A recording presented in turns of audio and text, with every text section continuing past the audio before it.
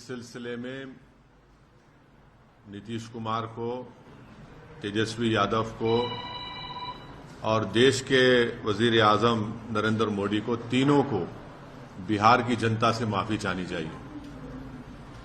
और तीनों पार्टीज ने मिलकर बिहार की जनता को जो बातें की हैं और जो वादे किए थे और अपनी पॉलिटिकल आइडियोलॉजी की बात की थी, उन सब तीनों ने मिलकर बिहार की जनता को एक बहुत बड़ा धोखा दिया है। और यकीनन इसमें सबसे बड़ा रोल है नीतीश कुमार का। नीतीश कुमार कल तक हमको गाली देते थे कि ओवैसी बी टीम है। अब नीतीश कुमार को शर्म नहीं आती उसी जगह पर जाकर बैठने के लिए जहां पर हम पर इल्जाम लगाते थे। और नीतीश कुमार ने पॉलिटिकल अपॉर्चुनिज्म कहना तो अंडरस्टेटमेंट होगा, उन्होंने हर चीज का रिकॉर्ड तोड़ दिया है और कोई उनकी बात का न एतबार है न भरोसा है। मैं शुरू से कह रहा था कि नीतीश कुमार फिर से बीजेपी में जाएंगे, मगर लोग हमारी बात पर यकीन नहीं कर रहे थे। अब हम तेजस्वी यादव से पूछना चाह रहे हैं कि बताओ कैसा लग रहा है आपको? अभी आपने हमारे 4 एमएलएस को तोड़ा था, अब आपको कुछ दर्द हो रहा है सीने में? तकलीफ हो रही है आपको अपने भेजे में? अब आपको मालूम हो रहा है कि जो खेल आप हमसे खेले थे वही खेल आपसे हो गया। और तेजस्वी यादव और उनकी पार्टी धोखा दी है। 2 मर्तबा नीतीश कुमार को उन्होंने मुख्यमंत्री बनाया।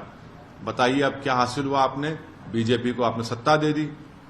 नीतीश कुमार तो सिर्फ अभी तो नाम के मुख्यमंत्री रहेंगे, हुकूमत चलेगी बिहार में आरएसएस के नरेंद्र मोदी की। हम तो यही चीज को रोकना चाह रहे थे।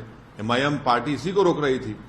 और जब हमारे सीमांचल की जनता ने एमआईएम के 5 विधायक को कामयाब किया तो हमने तो जब उनके स्पीकर के इलेक्शन में तायद की थी गठबंधन के।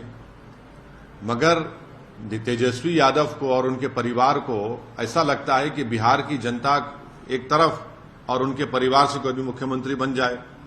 नीतीश कुमार को लगता है कि मैं जब तक जिंदा रहूं मुख्यमंत्री रहूं, और बीजेपी को लगता है कि भाई हर चीज हमको मिल जाए, चाहे कुछ भी हो, किस तरीके से हो जाए। देश के प्रधानमंत्री का भाषण मुझे याद आ रहा है जब नीतीश कुमार ने वो ऑब्जेक्शनेबल बातें कही थी महिलाओं के बारे में। देश के प्रधानमंत्री ने कहा था क्या गंदगी फैला रहे हैं, और देश के प्रधानमंत्री ने महिलाओं से वादा किया था कि मैं आपको इन लोगों से बचाऊंगा। अब देश के प्रधानमंत्री खुद नीतीश कुमार को बाजू बिठाकर चाय पिला रहे हैं। तो इसका टोटल ये है कि बिहार की जनता का एक बहुत बड़ा नुकसान और धोखा उनको दिया जा रहा है।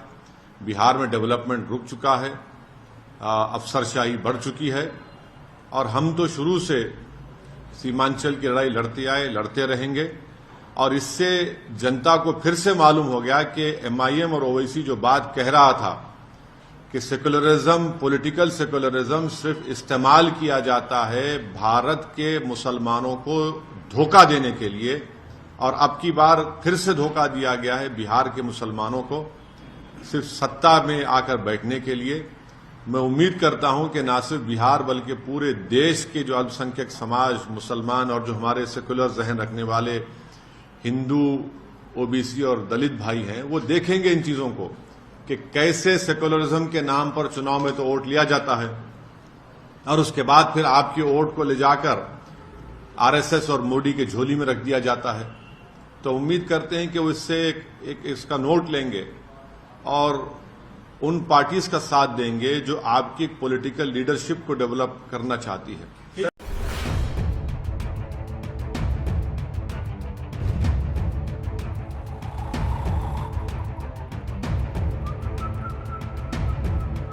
हर बड़ी खबर का असली एड्रेस है खबरनामा, इसलिए हर न्यूज अपडेट के लिए सब्सक्राइब करें और फॉलो करें खबरनामा। और इस वीडियो के लाइक बटन को प्रेस कर इस वीडियो पर कमेंट के जरिए अपनी राय देना ना भूलें।